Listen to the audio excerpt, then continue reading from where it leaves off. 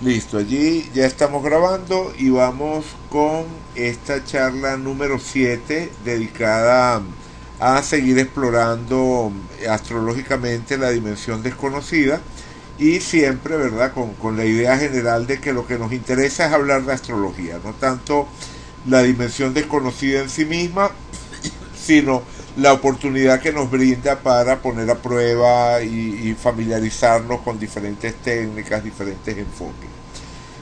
La vez pasada nos quedamos en la carta de Richard Matheson y recuerdo que no vi de nuevo el video de la vez pasada, pero creo recordar que terminé diciendo que íbamos a ver las dodecatemorias, ¿verdad? De Richard Matheson, si mal no recuerdo. Entonces vamos a calcularlas. Déjenme buscar su carta por aquí.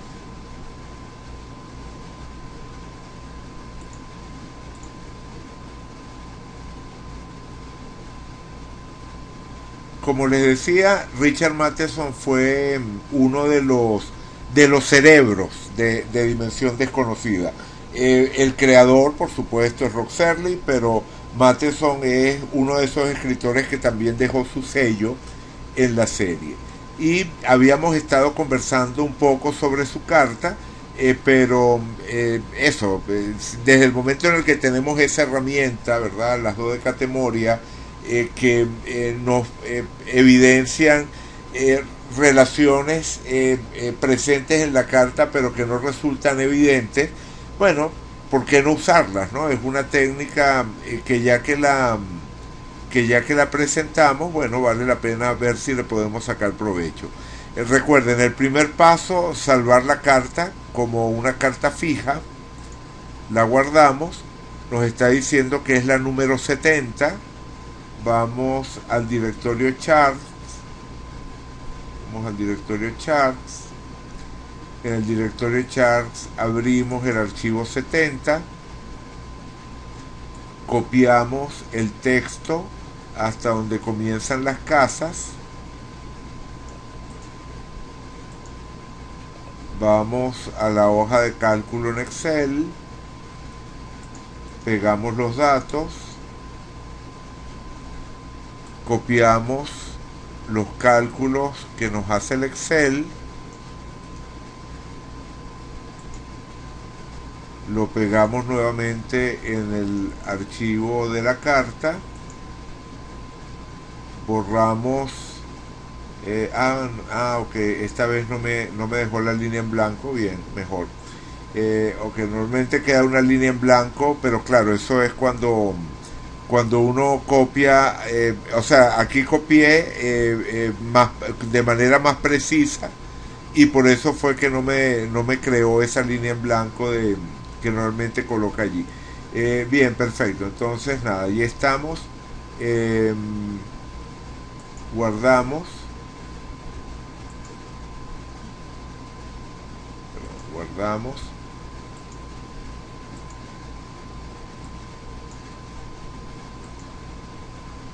Y ahora deberíamos tener las dos decatemorias. Vamos a fijarnos dónde están, por ejemplo, la dodecatemoria del Sol. La dodecatemoria del Sol, bueno, está en Piscis y vuelve a caer en Piscis. Vamos a ver la de la Luna, por ejemplo. La Luna está en el 18 de Géminis y su dodecatemoria cae en Capricornio. Vamos a ver si eso es verdad, para ver si están bien calculadas. Leemos. Vemos la luna en Capricornio, correcto, tal cual. Estamos bien. Vale, perfecto. Entonces, ¿qué podemos ver aquí? ¿Qué podemos ver en las dodecatemorias? Recuerdan el personaje, ¿verdad? Estuvimos hablando del personaje, hablamos de esa recurrencia de los temas ligados al aislamiento, por una parte, también la idea de enfermedad o padecimiento físico de algún tipo, o sea, hubo varios temas, ¿verdad?, que fuimos señalando en el personaje la vez pasada. Vamos a ver qué otros puntos pueden resultar relevantes cuando cuando vemos las dodecatemorias, les recuerdo un poco, ¿verdad? El personaje Richard Matheson fue el que escribió ese capítulo de Pesadilla a 20.000 pies de altura, también el escritor de Soy Leyenda, novela llevada al cine 3 veces, y esta otra que también fue muy llamativa, ¿verdad? La del increíble hombre menguante. Y entonces, bueno, decíamos eso, ¿no? En las tres está presente el tema del aislamiento, en las tres está presente de alguna manera el tema de la enfermedad o el padecimiento, y en las tres diría que también se presenta un tema de conflicto, ¿verdad? De lucha, de conflicto.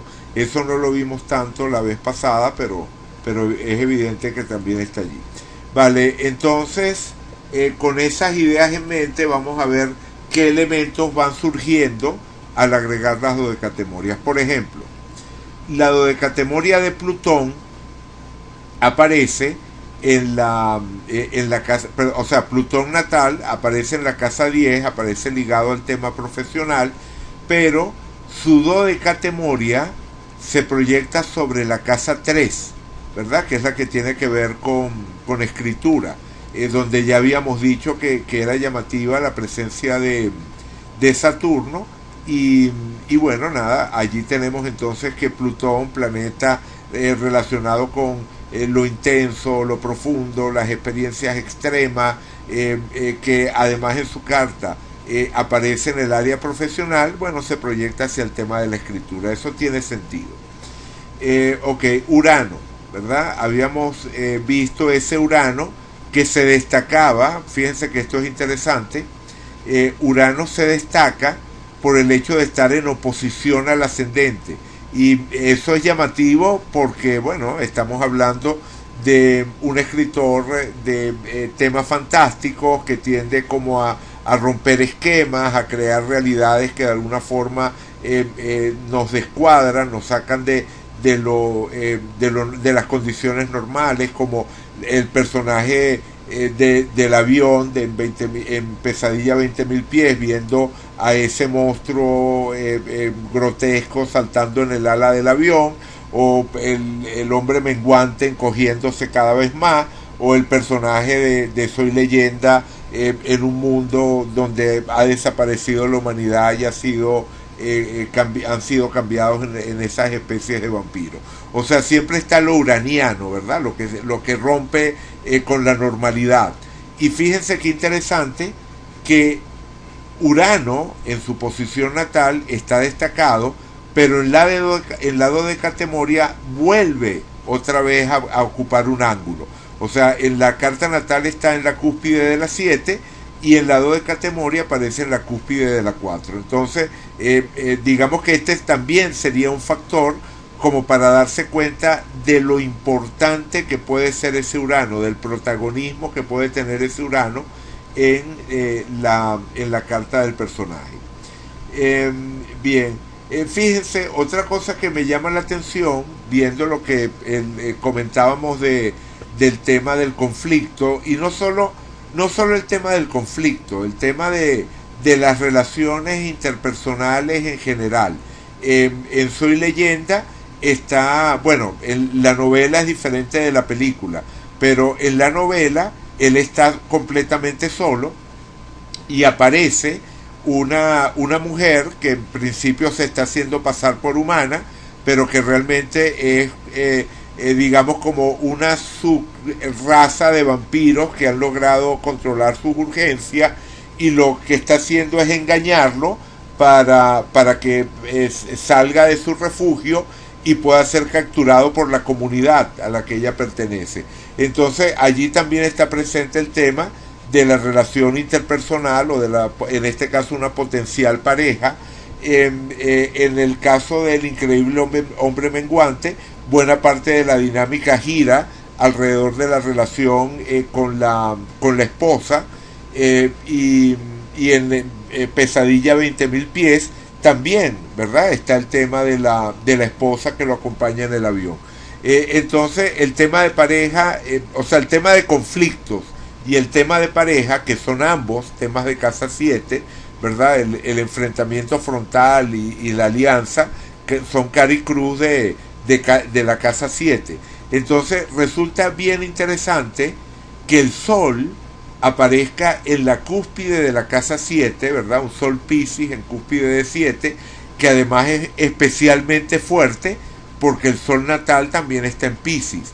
O sea, esta condición de Sol Piscis está remarcada porque es la proyección pisciana de un Sol pisciano. Está en la casa 7 y por lo tanto es todo el tema de la expectativa o el deseo o la idealización del tema de pareja, pero en esa misma casa 7 también aparece Marte en Aries, ¿verdad? Que es el otro extremo, la conflictividad, la agresividad, ¿no? Entonces esto también luce como un elemento interesante.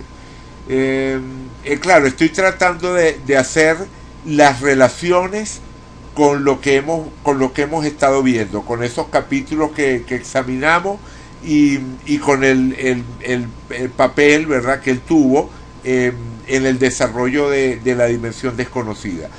No conozco muchos detalles de la vida de él, entonces no puedo, o sea, ahí puedo llegar hasta cierto punto al momento de hacer relaciones con el personaje, pero me imagino que aquí están apareciendo otros elementos también relevantes.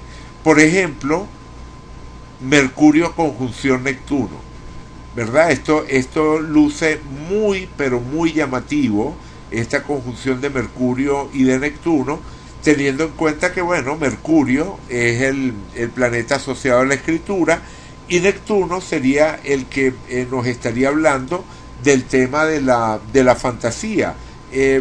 Ya habíamos hablado de este Mercurio en la casa 6, ¿verdad? La casa del día a día laboral, que decíamos que era muy consistente en la carta de una persona cuyo trabajo era la escritura, que al estar en Piscis se vinculaba con el tema de la imaginación. Entonces, claro, es un Mercurio imaginativo, pero ligado al día a día laboral. Pero eso adquiere más fuerza cuando vemos que se proyecta al mismo punto que se proyecta Neptuno.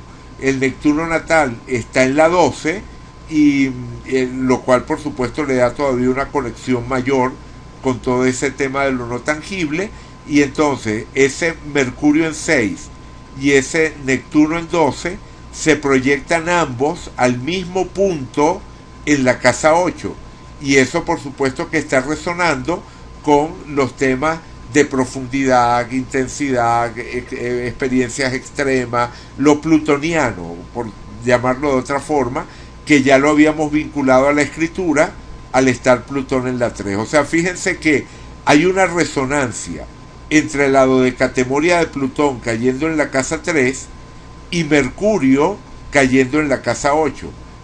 A eso le agregamos que no es solo Mercurio, sino también Neptuno, y al agregar a Neptuno hay una resonancia con Mercurio en Piscis. Entonces todo esto nos está sirviendo para enfatizar puntos de la carta, para descubrir facetas adicionales, pero también para ver puntos de la carta que aparecen como esos resaltados, ¿no? Como si le estuviésemos poniendo un marcador de resaltado y tuviésemos que enfocar allí nuestra atención. Vale, perfecto, nada, era simplemente eso, ¿no? Ya que tenemos esa herramienta, usarla. Vamos a dejarlo por allí, vamos a regresar a la carta del personaje. Y yo había anotado también un par de cosas que no llegamos a ver la vez pasada, que eran las cadenas de dispositores, ¿verdad? Trabajar con las cadenas de dispositores como otra herramienta al momento de abordar una carta, y también los dinatipos como herramienta de análisis. Vamos a ver si hoy podemos ver estas dos cosas. Las cadenas de dispositores, esas las tenemos acá. Esta, a ver, vamos a... Esto de aquí es muy práctico, seguramente quienes ya tienen experiencia con el, con el set lo conocen, pero para quienes no, esto de las pestañas que me permiten ir teniendo como diferentes secciones, eso simplemente lo activan.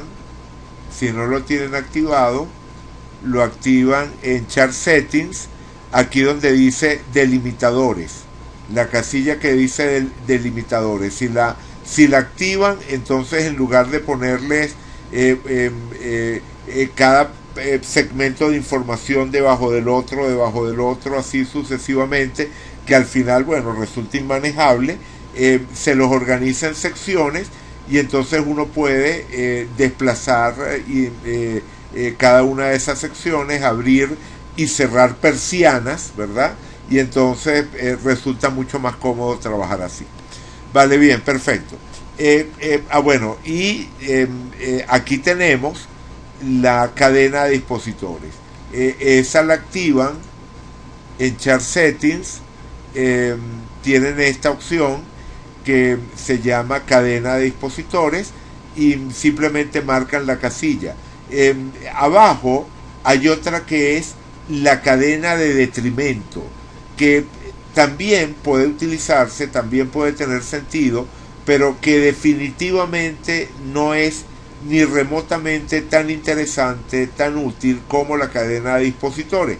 Por lo menos en mi experiencia, tal vez es que no he encontrado todavía la forma de sacarle provecho a esa información de la cadena de detrimento, pero vamos a trabajar con la de dispositores, que no solamente me ha resultado muy útil a mí, es una técnica que aparece descrita por varios autores y que definitivamente, bueno, con algunas diferencias, hay distintos autores que tienen como sus matices en cuanto a la forma de trabajar con la cadena de dispositores, pero en todo caso hay consenso en lo importante que es. ¿Qué es la cadena de dispositores? Bueno, simplemente tomamos todos los planetas que estamos considerando y vamos viendo dónde está o cuál es el planeta que rige el signo en el que se encuentra ese primer planeta que estamos considerando.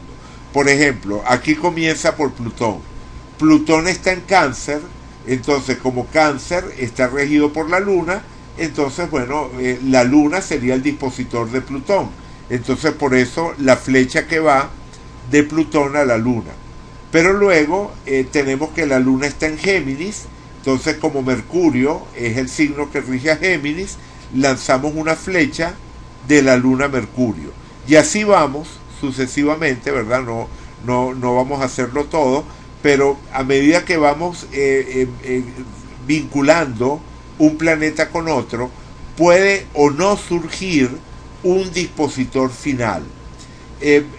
Cuando decía que hay diferentes interpretaciones, digamos, hay quienes dicen que si no surge un dispositor final, entonces bueno, simplemente no hay,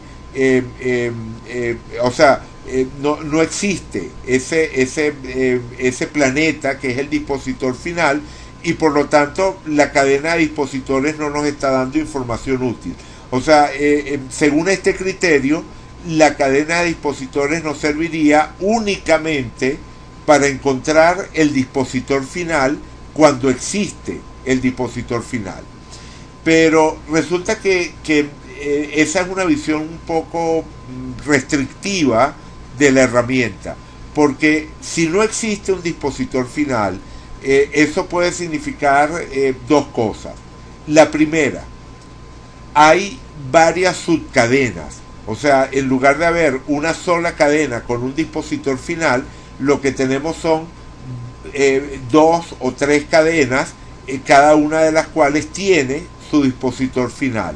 Y en ese caso, cada uno de esos planetas va a tener un rol destacado dentro de la carta. Resulta más o menos evidente que la idea de encontrar el dispositor final es encontrar un planeta que tiene un especial protagonismo en la carta, que va a ser un punto especialmente sensible cuando es activado por tránsitos, progresiones, direcciones, y que de alguna forma va a tener como un mayor peso, ¿verdad? Al momento de hacer el análisis. Pero si no tenemos un solo planeta que cumpla con esa condición, igual es válido si encontramos, qué sé yo, 2 o 3 planetas que aparecen destacados. Yo creo que eso hay que tomarlo en cuenta también al momento de interpretar. Y la otra posibilidad es que nos encontremos con un circuito, es decir, que toda la energía termina llegando a un par de planetas, que en ese caso serían 2 planetas en recepción mutua, que es el caso que tenemos acá. Saturno y Marte están en recepción mutua, ¿verdad? Saturno está en Escorpio, signo regido por Marte, y Marte está en Capricornio, signo regido por Saturno. Cada uno de los dos está en el signo regido por el otro, entonces están en recepción mutua. Eso es lo que nos señala indicador de aquí arriba, ¿no? Este Marte igual Saturno es Marte y Saturno en recepción mutua. Bien, además de la recepción mutua, podría haber un circuito más complejo, o sea, qué sé yo, que Saturno estuviese en un signo regido por Marte, Marte estuviese en un signo regido por Júpiter, y Júpiter a su vez estuviese en un signo regido por Saturno.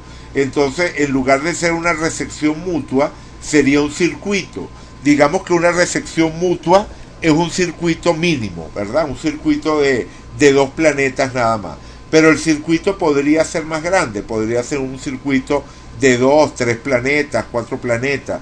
Bueno, eso también es significativo, que haya un circuito de varios planetas que cada uno depende del otro y al final termina siendo como una serpiente que se muerde la cola. Eso también va a describir características de la carta y bueno, en consecuencia características de la persona.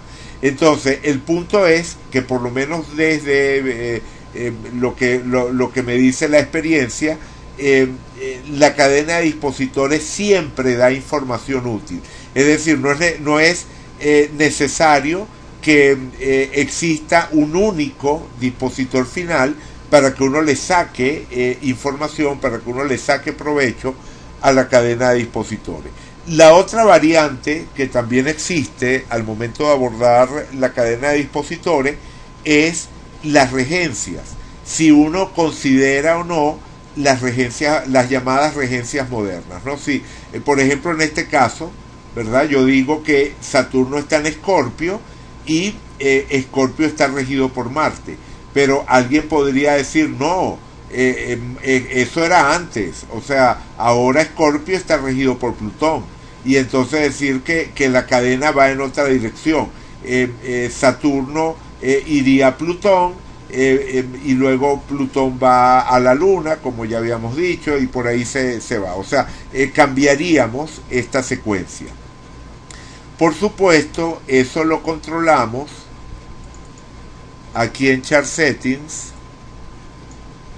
en esta pestaña que se llama Rulers.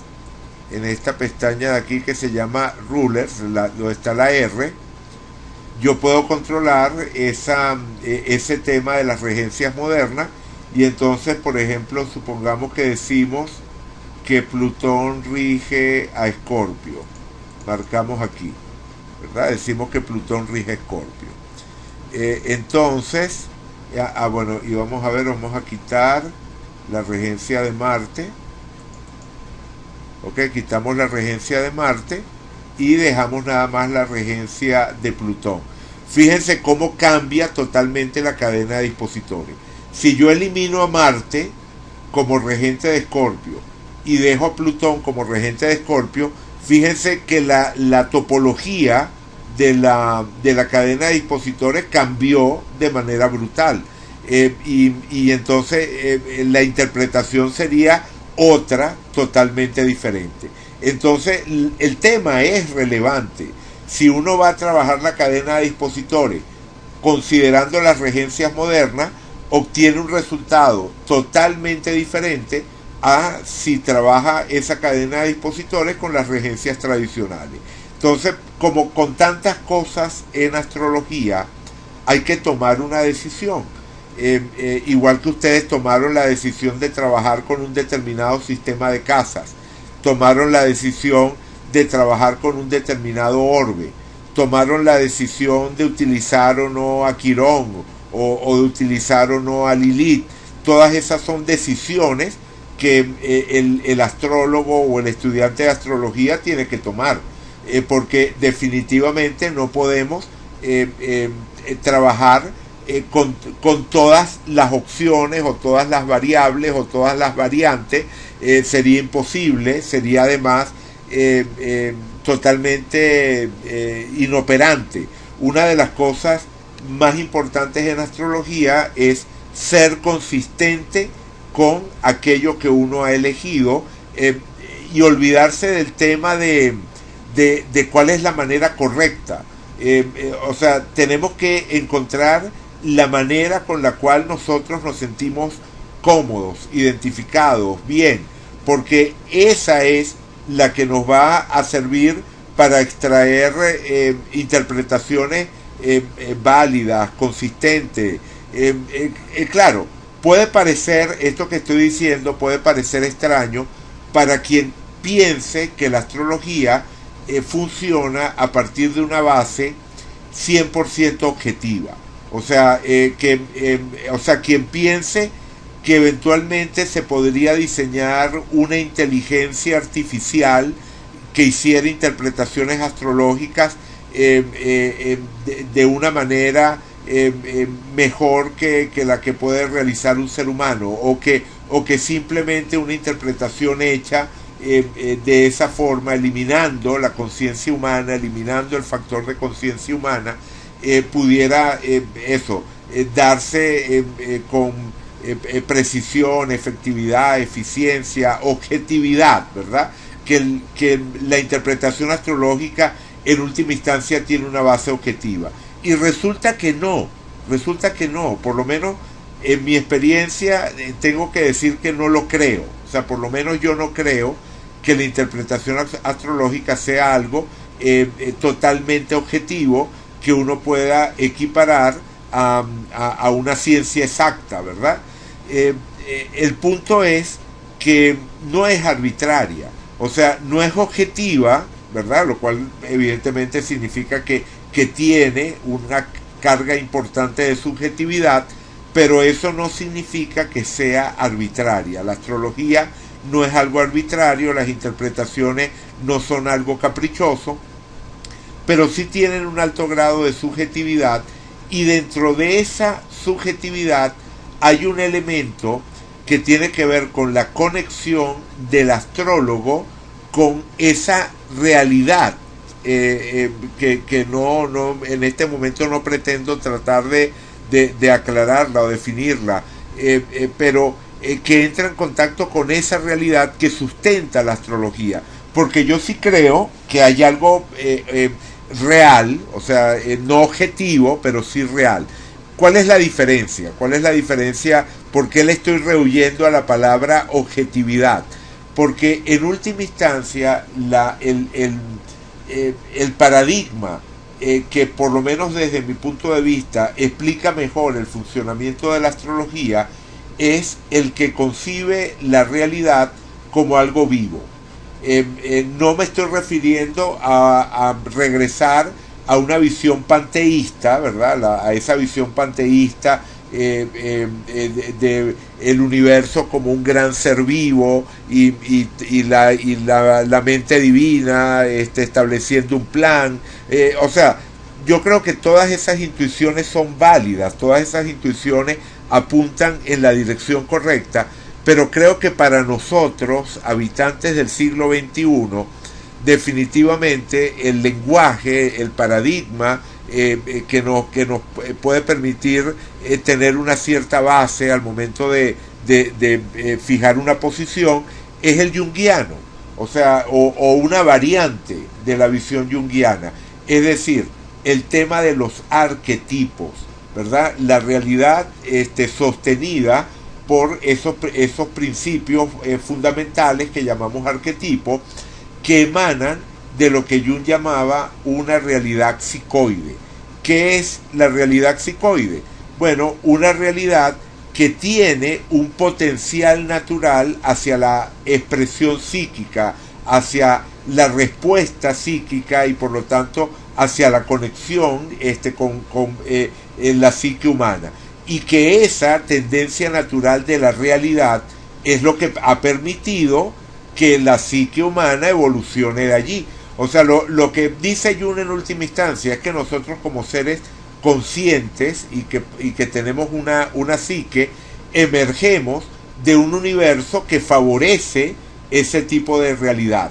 O sea, que no es que la aparición de vida consciente en este universo es un azar inexplicable, ¿verdad? Es una manifestación que contradice la tendencia natural, sino lo contrario, que el universo de alguna manera ya viene preñado de vida psíquica, o sea, como potencial, que es distinto a atribuirle una conciencia universal a ese mundo que nos rodea, o considerar el universo como un animal vivo de manera literal, como lo describía como lo describían en la antigüedad, ¿verdad?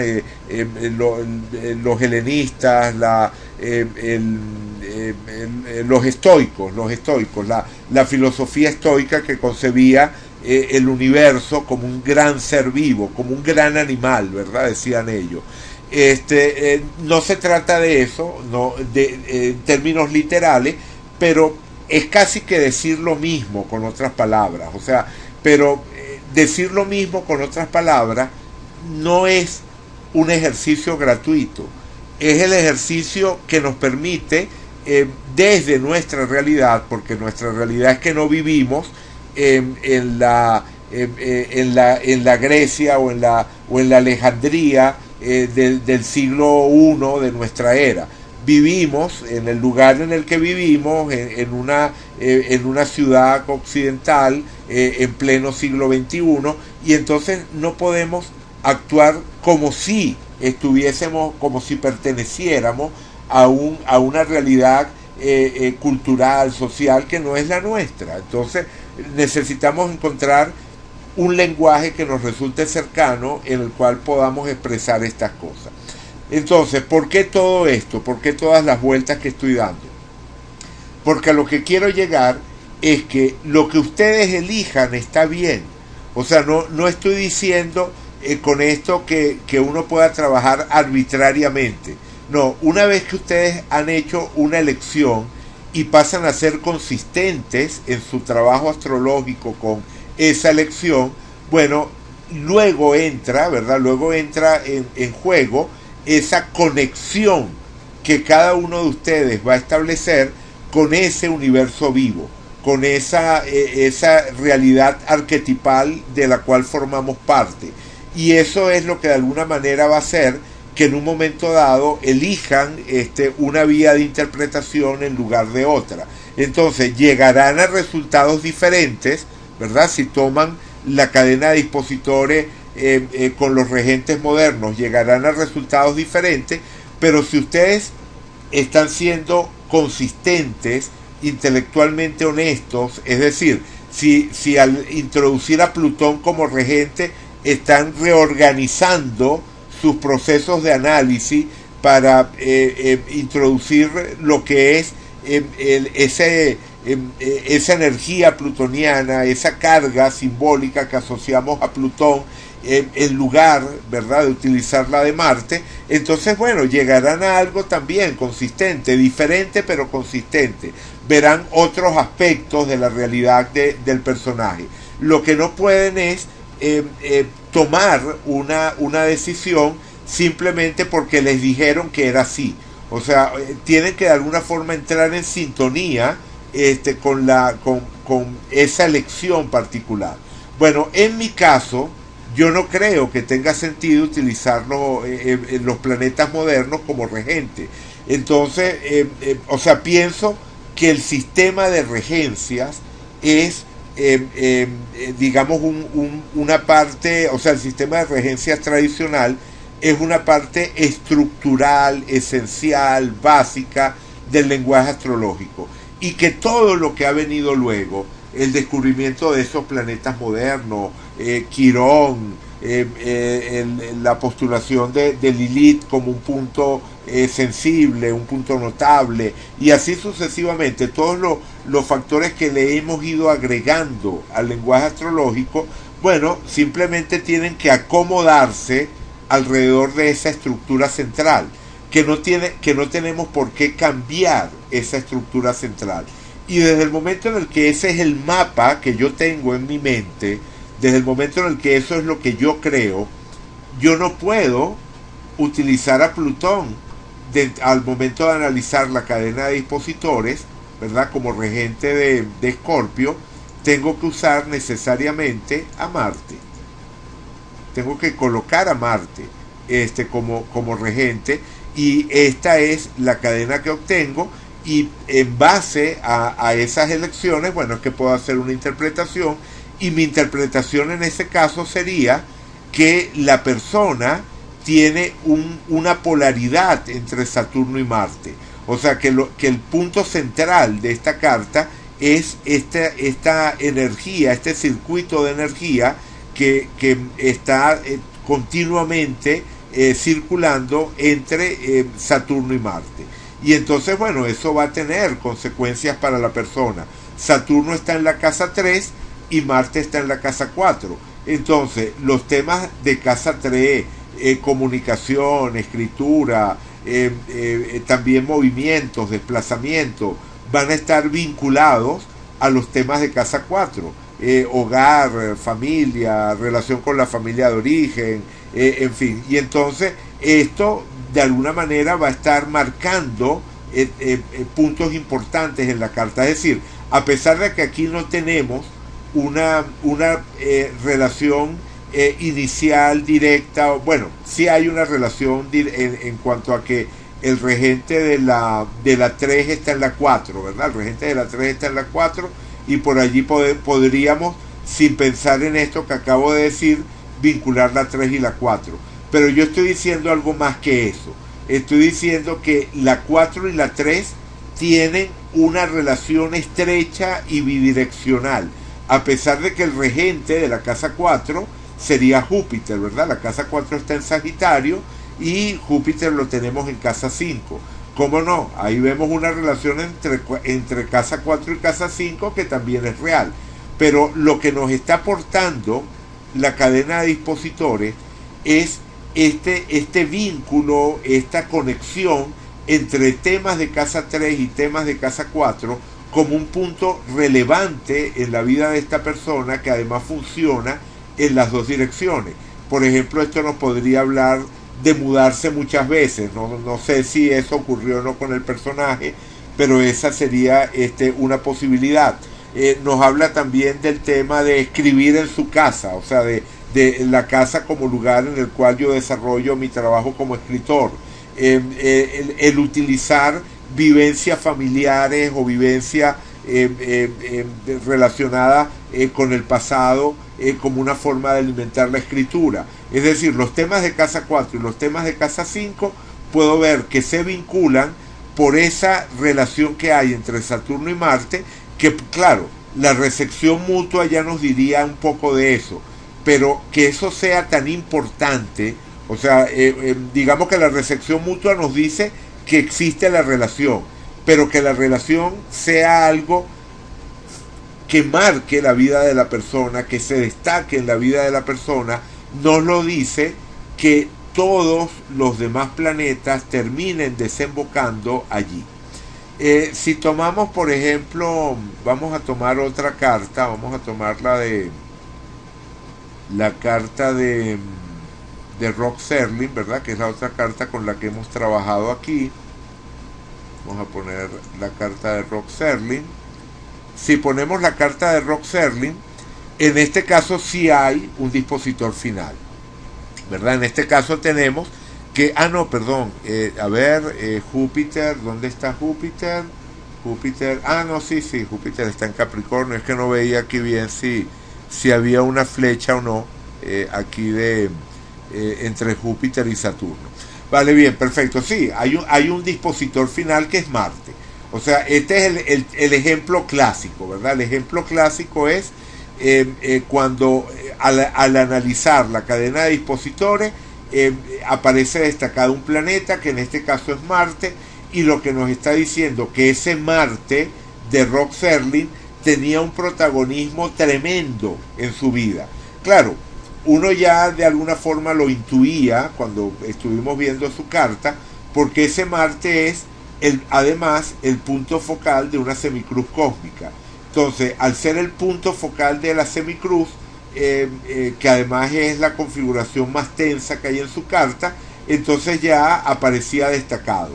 Pero la cadena de dispositores también lo destaca, y lo destacaría aunque no existiese esa semicruz cósmica. Si no existiese esa semicruz cósmica, pero Marte fuese el dispositor final, igual ese Marte estaría destacándose. Por supuesto, hay una condición que debe cumplirse cuando existe un dispositor final. Si existe un dispositor final, también podemos decir que es el único planeta en la carta que está en domicilio. O sea, para que exista un único dispositor final, significa que hay un único planeta en la carta que está en domicilio. Si hay más de un planeta en domicilio, no puede haber un dispositor final.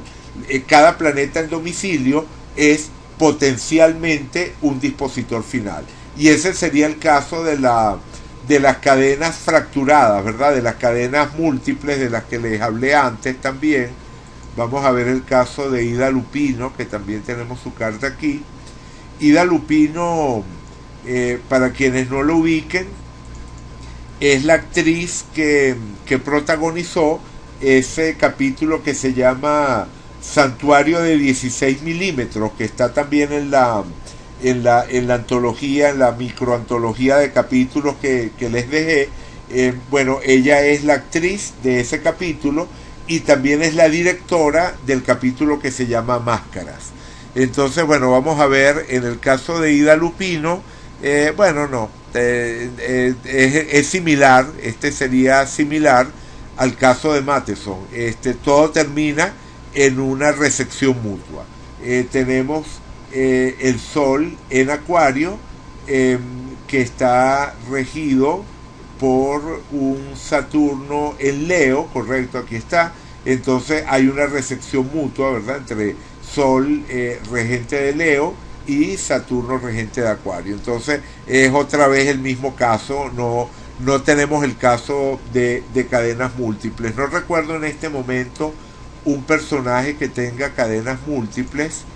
Vamos a ver, bueno, vamos a movernos en las cartas que tenemos aquí, a ver si encontramos alguno. Vamos a ver la carta de la serie. Ok, en la carta de la serie tampoco. También tenemos una recepción mutua. Y vamos a ver entonces alguna carta de un capítulo individual de las que hemos estudiado.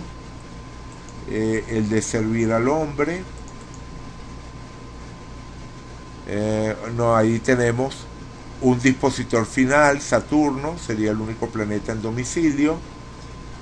Y bueno, por ejemplo, en este caso, servir al hombre, Saturno como dispositor final, nos está destacando al planeta Saturno, que ya aparecía destacado al estar en el fondo de cielo, pero como digo, el dispositor está dándole un énfasis adicional, o sea, al ser el dispositor final le está dando un énfasis adicional.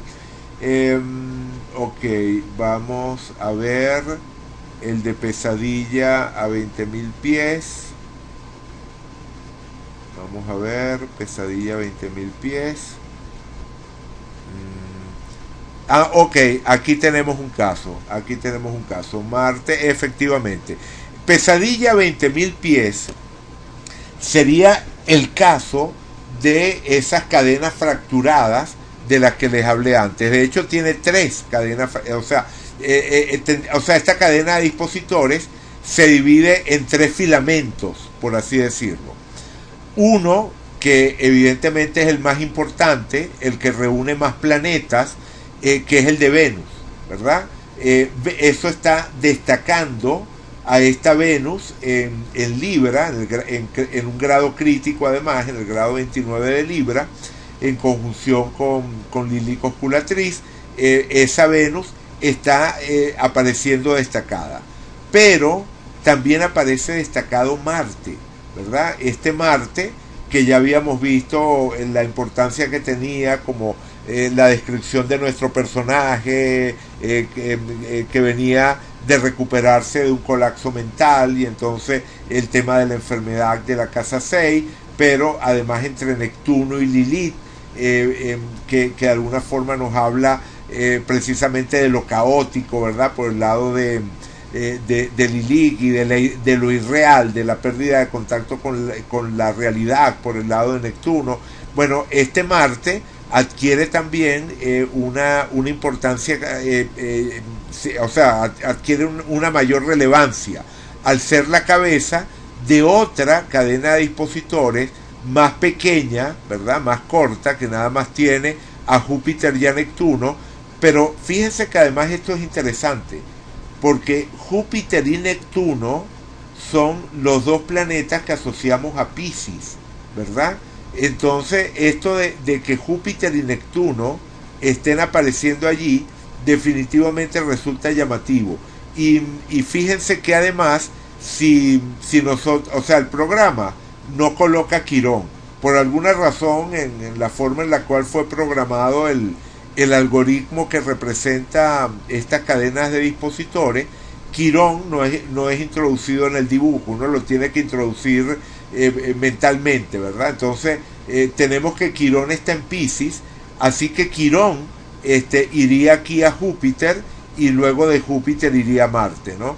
Entonces Júpiter y Neptuno, los dos planetas que asociamos con Piscis, y Quirón, que también se encuentra allí en Piscis, estaría todo llegando a ese Marte que ya habíamos asociado con el tema de la descompensación por el lado de salud, por estar en la casa 6, pero que al aparecer Quirón como parte de su cadena de dispositores, está introduciendo otra vez ese tema del desequilibrio, ¿verdad?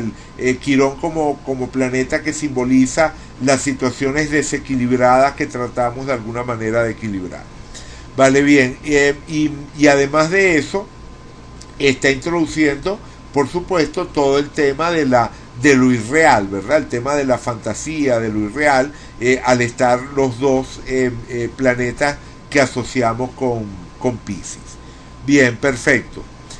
Y luego tenemos un planeta aislado, un filamento que no va ni viene de ningún planeta, o sea, que es una pequeña isla en sí mismo, y ese es Saturno. Y es súper interesante que ese Saturno aislado, ¿verdad? Ese Saturno que está de alguna manera como aparte del resto de las energías planetarias, sea precisamente el planeta que asociamos al viaje, al vuelo, ¿verdad? El vuelo en el avión, por ser el Saturno que está en casa 9, rigiendo la casa 9, ese Saturno retrógrado en casa 9, regente de 9, que asociamos con ese viaje que realizan por aire, y donde ocurre este fenómeno inexplicable del especie de monstruo o duende saltando en el ala del avión. Entonces resulta súper interesante cuando vemos que está de alguna manera aislado, o sea, está reforzando la condición de algo extraño, de algo que es como imposible de encajar, ¿verdad? Dentro del conjunto, ¿no? La situación anormal, rara, con la que se encuentra el personaje. Entonces se dan cuenta de que simplemente estoy leyendo la cadena de dispositores como un soporte simbólico adicional, o sea, estoy tomando la cadena y la estoy utilizando como siempre usamos cualquier elemento en astrología, como la base para desarrollar una interpretación, para construir una narrativa donde se vayan integrando los distintos símbolos. Quedó claro esto de lo de las cadenas de dispositores, que sé que están súper callados, nadie ha comentado, nadie ha dicho nada. Bueno, yo tampoco he dado como mucho espacio para que comenten o pregunten. Lo que quiero saber realmente es si hay alguien que está ok, vale, perfecto. O sea, es decir, si hay alguien que de alguna manera se pierde dentro de la historia, entonces, bueno, eso es lo que quiero saber, ¿no? Siempre tengo ese temor de confundir en lugar de aclarar. Recuerden que tengo Mercurio exiliado, ¿verdad? Mercurio en Sagitario y además combusto, ¿verdad? Mercurio en Sagitario en conjunción con el Sol. Entonces a veces tengo la sensación de que solo yo mismo me estoy entendiendo. Vale, bien, entonces vamos a regresar aquí. Vamos a regresar aquí a la lista que habíamos hecho de temas. Y estaba el tema de los dinatipos como herramienta de análisis. Y vamos a hacerlo, vamos a usarlo. Yo no sé si están todos familiarizados con esto de los dinatipos. Recuerden que en mi canal tengo un material donde explico esto. En el canal de YouTube, vamos a ponernos allí un momentito, porque sé que sé que para muchos es repetir algo que ya saben, pero para quienes estén viendo este material y no tengan ese background, en mi canal de YouTube encontrarán una lista de reproducción que se llama Dinamismos, Dinatipos y Personalidad. Y allí, allí encuentran toda la descripción en detalle del modelo de dinatipos. Entonces, para más información, bueno, los remito allí. Los dinatipos son simplemente estructuras de personalidad que represento en 3 niveles. Esos 3 niveles son vital, social y circunstancial. El vital, la manera de estar en el mundo. El social, la forma de construirnos como personajes sociales y por lo tanto la manera de darle forma a nuestra cotidianidad. Y el circunstancial, la forma en la que se organizan nuestros procesos mentales para resolver los problemas que se nos van presentando instante a instante o para manejar las circunstancias con las que vamos lidiando a cada momento. La escala temporal de lo circunstancial es lo instantáneo, la escala temporal de lo social es lo cotidiano y la escala temporal de lo vital es lo biográfico. Esa sería la idea. Bien, entonces, cuando... y los dinatipos salen de la distribución de dinamismos. El triángulo representa el dinamismo cardinal, así que en la pirámide de Rock-Serling, Plutón, Quirón, Júpiter, Marte, Mercurio, el Sol, Lilith 1181 y Lilith Osculatriz, esté todo eso en el mismo nivel en el que está el triángulo. Lo que nos está diciendo es que todos esos planetas están en signos cardinales, en diferentes signos, pero todos signos cardinales. Y siempre el dinamismo en el cual se encuentra el Sol es el que va a definir el primer piso de la pirámide. Entonces el Sol siempre va a estar en el primer piso de la pirámide. La Luna puede estar en el primer piso si está en el mismo dinamismo del Sol, o en el segundo si está en un dinamismo diferente. Y si está en un dinamismo diferente, el dinamismo de la Luna va a definir el dinamismo del segundo nivel, el dinamismo del nivel social. Si está en el mismo dinamismo que el Sol, entonces el dinamismo social sería el más fuerte entre los dos restantes. Es decir, supongamos que Rod Serling tuviese la luna en un signo cardinal, entonces yo tendría que evaluar qué es más fuerte entre Venus y Urano o Saturno y Neptuno. Y lo que yo considere más fuerte es lo que colocaría en el nivel social, y lo más débil es lo que iría al nivel circunstancial. Esa es más o menos la metodología explicada de manera muy sucinta de dónde salen estas pirámides. Bueno, lo importante aquí es que uno puede analizar, cuando estamos viendo la carta de un creador, podemos usar esta herramienta, los dinatipos, de dos maneras. Por supuesto, podemos ver si el dinamismo vital nos dice cosas importantes del personaje, de la manera de ser del personaje. Y también, como no, del dinamismo social, si tiene que ver de alguna forma con el tipo de personaje social que fue desarrollando a lo largo de su vida. Pero en particular, el nivel circunstancial suele ser especialmente importante para ubicar los temas de ese creador, los elementos que aparecen de forma recurrente, los núcleos creativos dentro de la obra de ese creador, normalmente están asociados a los planetas y demás indicadores que aparezcan en el nivel circunstancial. ¿Por qué? Porque cuando estamos analizando la carta de un creador, estamos hablando de una persona que cotidianamente o que digamos que de manera habitual está resolviendo problemas o manejando circunstancias que están relacionadas con su trabajo creador. Es decir, la forma en la cual bueno, doy un paso para atrás.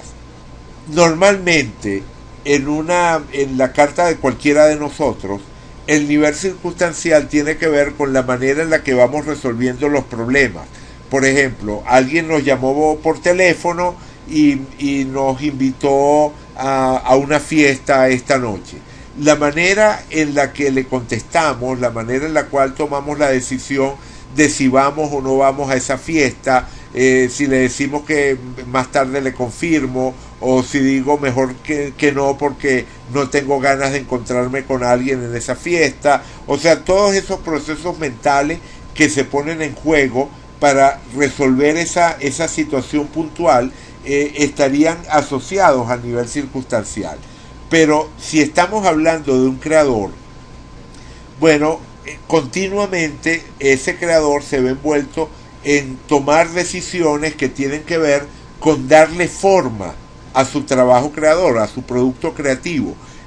Por supuesto, los otros niveles también van a estar formando parte de su actividad creadora, pero el nivel circunstancial va a ser como su herramienta fina, la herramienta con la que va dándole perfil, forma, o sea, va definiendo el estilo de aquello que está creando. Y por eso llega a tener con mucha frecuencia una importancia especialmente llamativa al momento de analizar la obra. Por ejemplo, en el caso de Rod Serling. En el caso de Rod Serling, creador de La Dimensión Desconocida y de la Galería Fantástica y de otra serie de productos televisivos o radiales que juegan siempre con todo el tema de la fantasía, pero que al mismo tiempo introducían un fuerte elemento de crítica, de búsqueda de, ¿cómo podríamos decir?, de establecer parámetros de carácter moral. Hago una pausa aquí para que quede claro esto que estoy diciendo. Y veamos que tiene, o sea, que tiene sentido, o puedan tener ustedes la oportunidad de ver si tiene o no tiene sentido. Ustedes han visto algunos capítulos de la serie que están escritos por Rod Serling. Vamos un momentito a la antología. Esa antología que hicimos, que bueno, que es una microantología, ¿no? No es, o sea, son apenas que 4 capítulos, creo, ¿no? A ver cuántos son. Ajá, los capítulos que les compartí son 5 capítulos.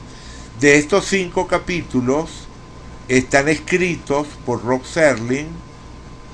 Máscaras, el capítulo Máscaras y el capítulo Monstruos en la calle Maple.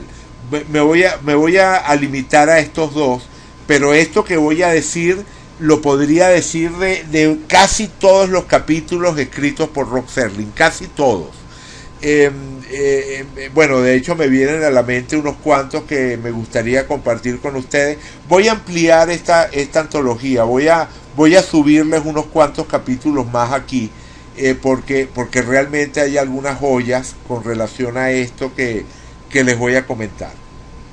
Si vieron el capítulo Máscaras y si vieron el capítulo Monstruos en la calle Maple, yo creo que resulta más o menos claro que en ambos casos hay un elemento de crítica social, ¿verdad? O sea, pueden ver la idea de la crítica social. En Máscaras estamos hablando de la hipocresía de esa familia, del anciano, ¿verdad?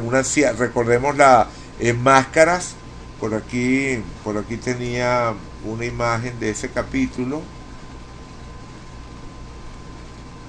Ajá, en el capítulo Máscaras tenemos un personaje que está muriendo, un anciano que está muriendo, que le dicen que ya no le queda casi nada de vida, pero que él se empeña en vivir por lo menos hasta la medianoche, porque lo va a visitar su familia, su hija, junto con sus 2 nietos y el yerno, los van a visitar.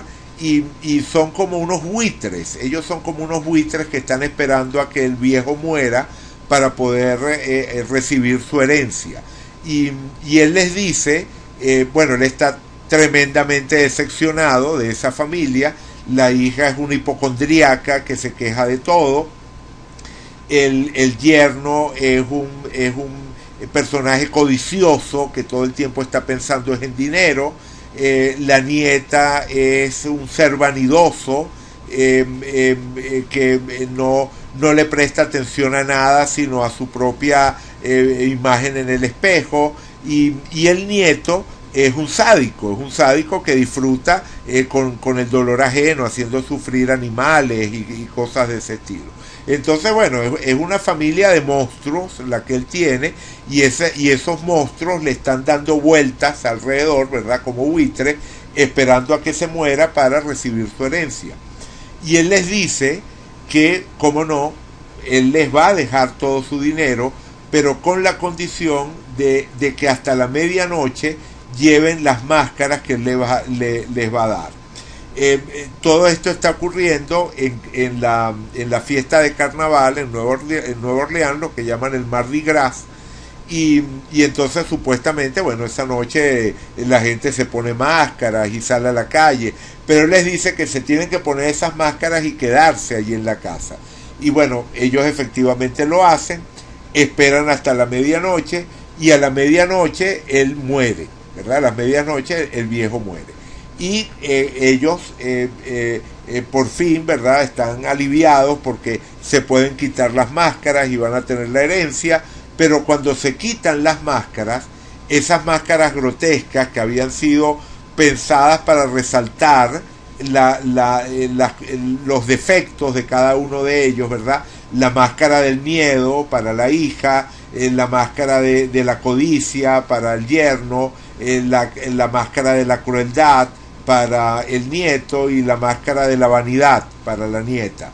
Entonces, cuando se quitan las máscaras, resulta que los rostros han quedado ya deformados, que los rostros han adquirido los rasgos de las máscaras, y entonces quedan de alguna manera marcados para siempre, evidenciando en sus rostros esas miserias que llevaban ocultas por dentro. Yo creo que resulta más o menos evidente el factor de crítica social que hay allí, el factor saturniano, ¿verdad?, de juicio que hay allí. Si recuerdan la de monstruos en la calle Maple, ¿verdad?, que creo que también conversamos de ese capítulo. Ahora tengo la duda de si conversamos o no de ese capítulo, pero bueno, en Monstruos en la calle Maple no tengo imágenes de esa por acá, si ya lo vimos bien, si no simplemente se los recuerdo. Están todos los vecinos en la calle preocupados porque se ha ido la electricidad, no hay servicios, no hay teléfono, y entonces cada uno de ellos empieza a sospechar de los vecinos, porque primero hay un vecino que sí tiene electricidad cuando todos los demás están sin ella, y entonces o el vecino le prende el automóvil cuando todos los demás a nadie le funciona. Lo cierto es que hay uno que se destaca y entonces todos empiezan a hacer suspicaces con respecto a él, y se va jugando con eso, con pequeñas pistas, pequeñas señales que van diciendo, o sea, que van asomando la posibilidad de que el culpable sea uno u otro. Porque a todas estas pasó un meteorito al comienzo y surgió la idea de que podía ser presencia extraterrestre, que podía haber algún tipo de ataque de por medio. Y entonces al final todos se vuelven contra todos, se vuelve un caos total, y los monstruos de la calle Maple son los mismos vecinos, ¿verdad?, que se vuelven unos contra otros por una cuestión de prejuicios, ¿verdad?, una cuestión de prejuicios, de desconfianza, etcétera, etcétera. Vale, bien. En ambos capítulos, ¿verdad?, que espero que hayan visto, en ambos capítulos resulta evidente el factor saturniano. O sea, y eso lo van a encontrar una y otra vez en los guiones de aquellos capítulos que escribió Rod Serling. En esos guiones siempre hay algún elemento de juicio, de crítica, un elemento saturniano que convive con un elemento neptuniano fantástico. O sea, es lo neptuniano en el sentido de la fantasía que nos conecta con una realidad alternativa. De hecho, Neptuno lo podemos ver casi que como un símbolo de esa dimensión desconocida, ¿verdad? Ese umbral que cada vez que comenzaba un capítulo, Rod Serling nos hace cruzar hacia la dimensión desconocida, es un poco el umbral que nos conduce al mundo de Neptuno. Pero una vez dentro de ese mundo, se desarrolla una historia que tiene características saturnianas muy, pero muy claras. Eso también entra en resonancia en este caso con la estructura vital. La estructura vital es perfeccionista. Las estructuras surgen combinando el dinamismo del nivel en el que nos encontramos, que en este caso, como dije antes, es cardinal, con el dinamismo del signo ascendente.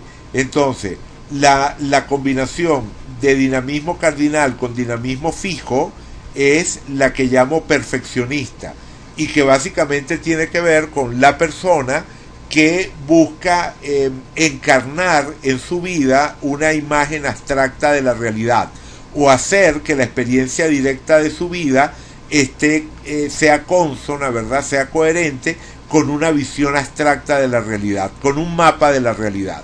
La persona que quiere que su vida se parezca al mapa de la realidad que maneja. Y por lo tanto es una estructura que tiende al juicio, es una estructura que se empeña en tener la razón, es una estructura que se esfuerza mucho, es una estructura saturniana. El perfeccionista, la estructura de personalidad perfeccionista, tiene como planeta natural, o sea, como planeta naturalmente asociado a Saturno.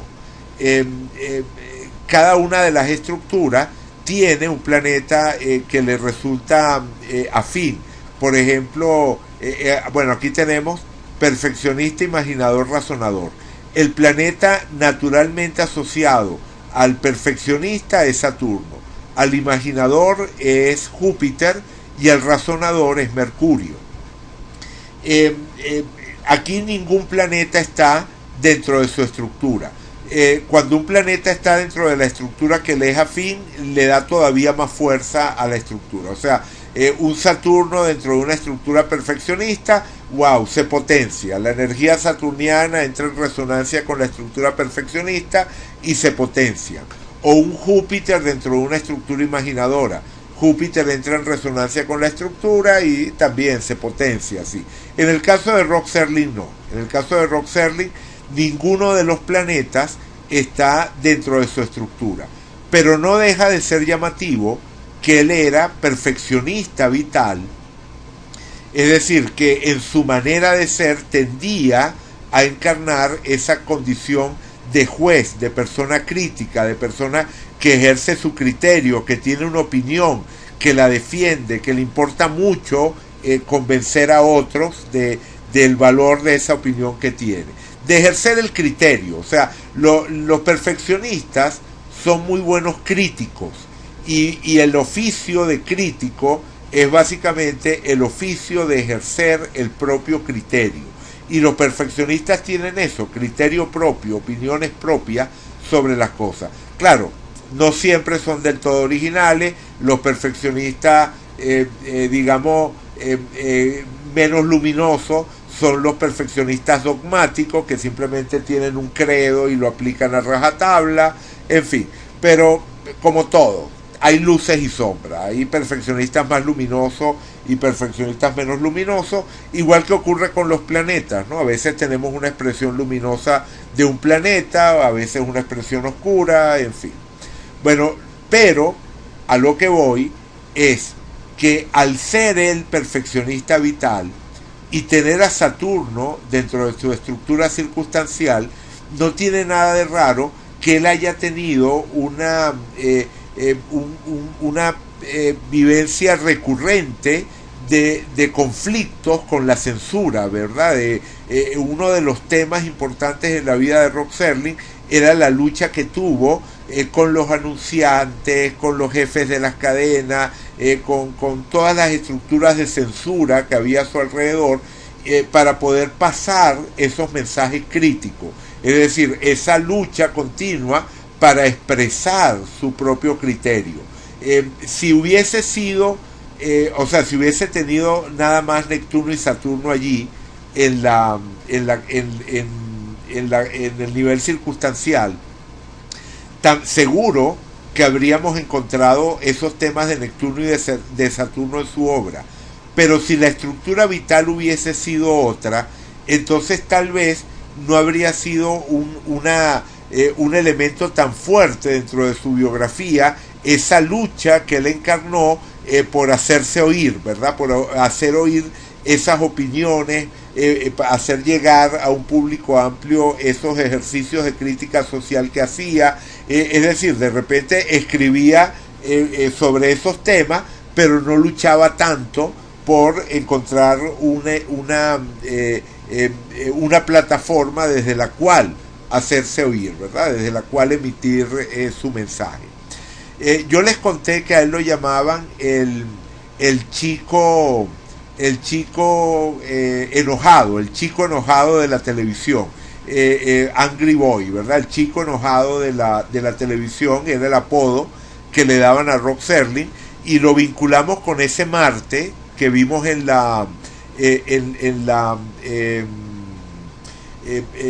tanto por ser vértice de la semicruz cósmica como por ser punto final de la cadena de expositores. Vimos que estaba muy activado, pero también lo podemos vincular con esto otro. O sea, el chico enojado de la televisión es también este perfeccionista que está queriendo luchar por sus ideas, por su criterio, por lo que piensa que es verdad. Alberto comentó algo. Alberto dice: los dos temas de hoy, cadena de expositores y dinatipo, son excelentes herramientas de análisis. Sí, a mí me gustan mucho las dos herramientas. O sea, por supuesto que nunca voy a comenzar una carta por allí, o miento. Yo muchas veces comienzo las lecturas a consultantes, ¿verdad? Cuando hago consulta, bueno, que sigue siendo mi principal actividad, es decir, sigo teniendo como principal actividad la consulta. Cada vez estoy tratando de moverme más hacia la docencia. Por eso lo del grupo de estudio, ¿no? Lo del grupo de estudio que abrí, que repito la cuña, aprovecho de repetir la cuña que la vez pasada se me olvidó. Recuerden que está para quienes quieran estudiar conmigo. Estamos trabajando diversos temas.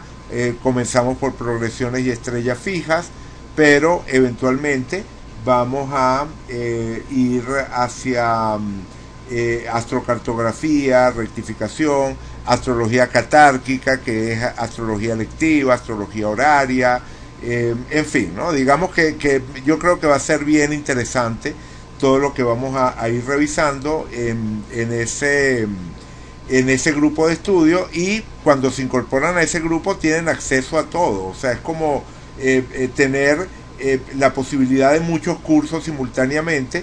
De hecho, el otro día le estaba diciendo a una amiga que es como un Netflix astrológico. O sea, la idea es como estar suscrito a una especie de Netflix, en el sentido de que continuamente se están generando contenidos nuevos, y bueno, creo que vale la pena. Entonces simplemente los invito a quienes quieran estudiar conmigo a incorporarse allí. Entonces, bueno, les decía que estoy haciendo, como no, la migración hacia la docencia como punto principal de mi trabajo, pero por lo pronto estoy como trabajo principal con las consultas, y muchas veces las consultas las comienzo de esta manera. Las comienzo utilizando la estructura de dinatipos, y he encontrado que es una forma excelente de conectar con gente que no sabe nada de astrología. Normalmente los consultantes no tienen conocimientos de astrología, pero es una forma en la que de manera muy intuitiva, explicándole muy poquitos elementos, la persona puede tener una imagen sintética de su propia carta, una imagen sintética de la energía que está expresada en su carta, que bueno, que simplemente resulta invaluable para poder establecer el piso sobre el que se va desarrollando el resto de la lectura. Evidentemente, al final termino yendo a la carta otra vez, pero sí creo, Alberto, que es una herramienta muy útil. O sea, para mí simplemente ha sido una herramienta muy útil en la práctica. A ver, Orieta escribió por aquí: el tener Urano en el área social lo disponía a ser un rebelde ante la sociedad y al grupo en donde se desenvolvió. Totalmente, totalmente. El hecho de tener a Urano y a Lilith, ¿verdad? Esos dos planetas. Pero al tener a Venus y a la Luna, también nos está hablando de un personaje que muy probablemente también era carismático desde el punto de vista social. También tenía la capacidad para ser apreciado por otros, para irradiar esa energía venusina que es seductora, pero también la energía de la Luna, que tiene que ver con vínculos, con afectividad o conexión en una dimensión emocional. Entonces, ese carisma que le da Venus y la Luna tiene mucho que ver con ese rol de presentador de la serie, ¿verdad? Que él hacía. Ese rol que podía ejercer y que efectivamente podía caer bien del personaje que nos introduce en ese mundo fantástico que se va a abrir en cada capítulo, ¿no? Entonces, esa Venus y esa Luna también está allí. Está el Urano, innovador, rebelde, revolucionario, pero también está el Venus y la Luna, que le da una conexión carismática. Lilith ayudaría con el tema del misterio, ¿verdad? Darle el toquecito de misterio, y también refuerza el tema del magnetismo, ¿no? Lilith también es un factor que puede ayudar a tener cierta carga de magnetismo. Pero también en la carta de Rod Serling, una cosa que uno ve examinando este esquema es la importancia que tiene el nivel vital. El nivel vital es súper fuerte. O sea, tenemos 6 planetas en el nivel vital. Y además de eso, un asteroide, ¿no? Lilith 1180, Lilith 1181, correcto. Está también Lilith Osculatriz, que bueno, es un punto notable, pero no lo cuento tanto, ¿no? Aquí lo interesante son los cuerpos físicos, el tener muchos cuerpos físicos, ¿verdad? Indicadores que corresponden a algún elemento real que anda dando vueltas en algún punto del sistema solar. Es lo más relevante al momento de hacer ese análisis de la distribución, que yo tenga en un nivel las Lilith que son puntos de la órbita lunar, el nodo norte, la parte de Fortuna. Bueno, cómo no, eso tiene importancia al momento de interpretar, pero no le da tanta fuerza al nivel como la presencia de planetas reales, ¿no? Como todos los que tenemos acá.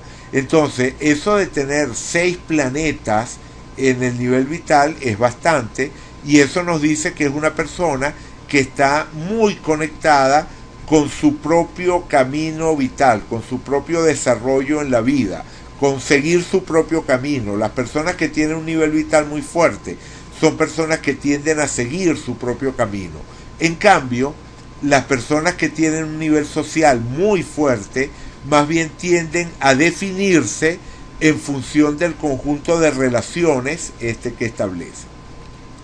Bien, aquí tenía también la estructura de dinatipos de la serie, igual que hice la de Rod Serling. A la derecha tenemos la de la serie, y resulta de lo más interesante que la estructura sea inductora. O sea, él era un perfeccionista vital, lo cual significa que era una persona también, digamos, crítica, potencialmente conflictiva. Los perfeccionistas no son personas fáciles. Los perfeccionistas son personas que por eso de estar defendiendo el propio criterio y darle importancia a tener la razón, bueno, muchas veces pueden entrar en conflicto. Digamos que no se, o sea, se caracterizan por su capacidad para luchar por sus ideas, para convencer, para articular un discurso, en fin, o sea, hay muchas cualidades que uno puede asociar, pero no es una estructura que sea intrínsecamente seductora. No es una estructura cuya capacidad natural sea seducir.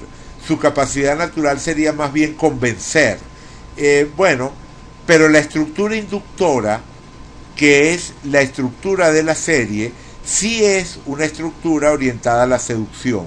O sea, el inductor es la estructura que tiene mayor capacidad para inducir respuestas en otro. Por ejemplo, artistas muy carismáticos, como por ejemplo Joan Manuel Serrat o Bruce Springsteen, son artistas de estructura vital inductora, o personajes que llegan a ser muy queridos, digamos, precisamente por esa conexión que establecen con las masas, como por ejemplo la princesa Diana, también era inductora. Entonces, el inductor tiene una capacidad natural para conectar con el prójimo en términos afectivos. Entonces, que la serie Dimensión Desconocida tuviese estructura vital inductora tiene sentido, a pesar de que no estamos hablando de una persona, sino que estamos hablando de una serie, de un producto creativo. Bueno, resulta que tiene todo el sentido del mundo pensar en esa serie y en el éxito que tuvo como producto, al menos en parte, de esa estrategia inductora que busca conectar afectivamente con el público.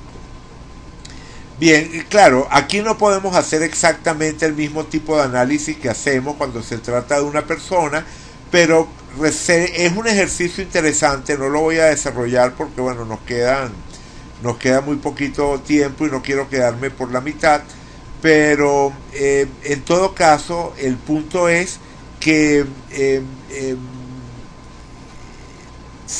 resulta un ejercicio que los invito a hacer, el pensar en esta pirámide, y bueno, por ahí podemos comenzar la semana que viene, pensar en esta pirámide tratando de trasladar lo que encontramos allí a ese producto cultural que fue la dimensión desconocida. ¿Cómo interpretaríamos lo social? ¿Cómo interpretaríamos lo circunstancial si estamos hablando de una serie de televisión y no de una persona? Yo tengo bastante claro cómo interpretar los tres niveles cuando hablo de una persona. Digamos que allí no hay mayor misterio, ¿no? La definición de vital, social y circunstancial tiene que ver con lo que es la experiencia humana. Pero de la misma manera que una carta natal la interpretamos de forma diferente cuando la aplicamos en astrología mundial, bueno, igual esta pirámide tendríamos que leerla de forma diferente si la estamos aplicando a un producto cultural, sea una serie de televisión, un libro. Entonces podríamos pensar un poco sobre eso y ver qué se nos ocurre para la semana que viene. Por lo menos yo lo pensaré por mi cuenta, a ver qué, porque me llama mucho la atención qué podrá significar este nivel circunstancial tan activo, ¿verdad? Porque el nivel circunstancial está muy fuerte, con 4 planetas, y además 4 planetas muy peculiares, ¿verdad? Bueno, Júpiter allí sería lo más llevadero, pero todo lo demás, Urano, Neptuno y Quirón, esto o sea, menciono los 3 planetas y me evoca cosas de la dimensión desconocida, pero no me quiero lanzar de buenas a primeras a hacer un análisis, quiero pensarlo un poquito antes de emitir un juicio con relación a esto. Bien, bueno, antes de terminar, ya no nos queda casi nada, pero antes de terminar sí quisiera introducir otra cosa que queda para la semana que viene, que es el capítulo Máscaras, ese capítulo del que les hablé hace un rato. Tenemos también por aquí la correspondiente fecha. A ver, no lo tengo aquí. Qué raro, pensaba, a ver, déjenme ver, tal vez así, aquí me faltó guardarlo en la base de datos, lo había calculado, déjenme aprovechar de guardarlo de una vez. Ok, aquí está. El capítulo Máscaras fue transmitido el 20 de marzo de 1964 a las 9:30 de la noche, y por lo tanto la carta es esta que estamos viendo acá. Entonces vamos a hacer lo mismo que hicimos con el capítulo de Servir a un hombre. Vamos a ver qué relación encontramos entre entre la carta del capítulo y los temas del capítulo. Vamos a hacer eso mismo utilizando las progresiones lunares secundarias, y vamos también a usarlo de categoría. O sea, vamos a aplicar las diferentes técnicas que hemos estado viendo, y bueno, y también la cadena de dispositores. O sea, todas estas técnicas que hemos estado viendo, vamos a aplicarlas también a revisar entonces este capítulo, a ver qué encontramos, ¿no? Y por allí nos iríamos la semana que viene. Me disculpan, prácticamente no los dejé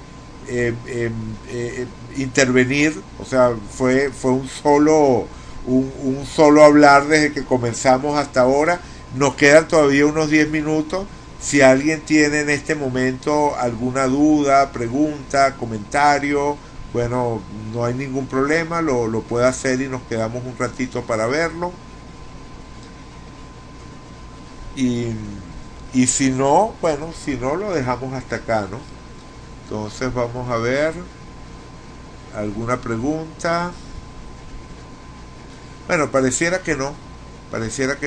Entonces, bueno, lo dejamos hasta aquí por hoy y continuamos con estos temas que les digo, reflexionar sobre qué puede significar la pirámide aplicada al análisis de toda la serie, y esto que les acabo de decir del capítulo Máscaras en particular. Quienes no lo hayan visto, tómense un tiempito para ver si lo pueden ver. Ok. Vale, genial, qué bueno que les gustó, me alegra muchísimo y gracias a ustedes por estar allí y entonces será hasta el próximo lunes. Digo, hasta el próximo viernes, disculpen. Apago la grabadora. Bye, buenas noches.